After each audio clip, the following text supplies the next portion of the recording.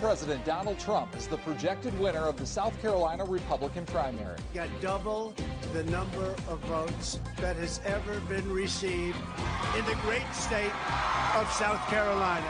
Tonight's big win brings Trump one step closer to a political rematch with President Joe Biden. Is South Carolina Trump country? I said earlier this week that no matter what happens in South Carolina, I would continue to run for president. I'm a woman of my word. While the race ends in South Carolina, who will make it to November? Decision 2024 coverage starts right now.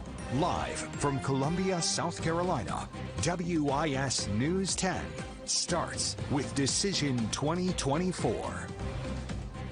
Former President Donald Trump now has 101 delegates after being declared the projected winner of tonight's South Carolina Republican primary. Meanwhile, former South Carolina Governor Nikki Haley is staying at 17 delegates. Haley securing approximately 39% of the vote here in her home state. Earlier tonight, Haley told a crowded room in Charleston that she's not out quite yet. Trump once again winning the Palmetto State, this time by, it would appear, and the votes are still coming in at 60% of the vote where it stands right now.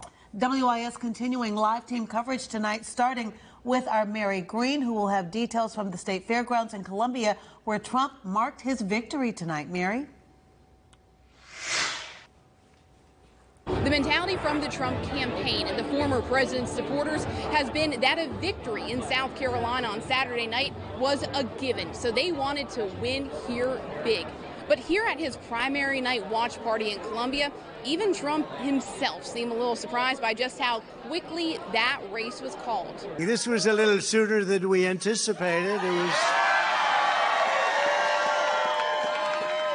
an even bigger win than we anticipated. Former President Donald Trump claiming victory just minutes after polls closed across South Carolina, with the race already called for him. It's an early evening and a fantastic. You can all go down and you can celebrate for about 15 minutes, and we have to get back to work. Trump spoke for about 20 minutes, standing alongside his family and the South Carolina politicians backing him, including Governor Henry McMaster, a longtime Trump ally. Did you expect to have such a quick call tonight as we saw?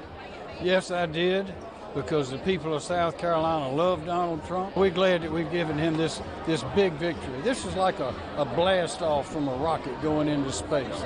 We're headed to the finish line, and we're going to make America great again. At no point during his victory speech did Trump mention his main Republican opponent, former South Carolina Governor Nikki Haley, by name. Instead, the former president saved his shots for President Joe Biden in the November election. We're going to look him right in the eye. He's destroying our country, and we're going to say, Joe, you're fired. Get out.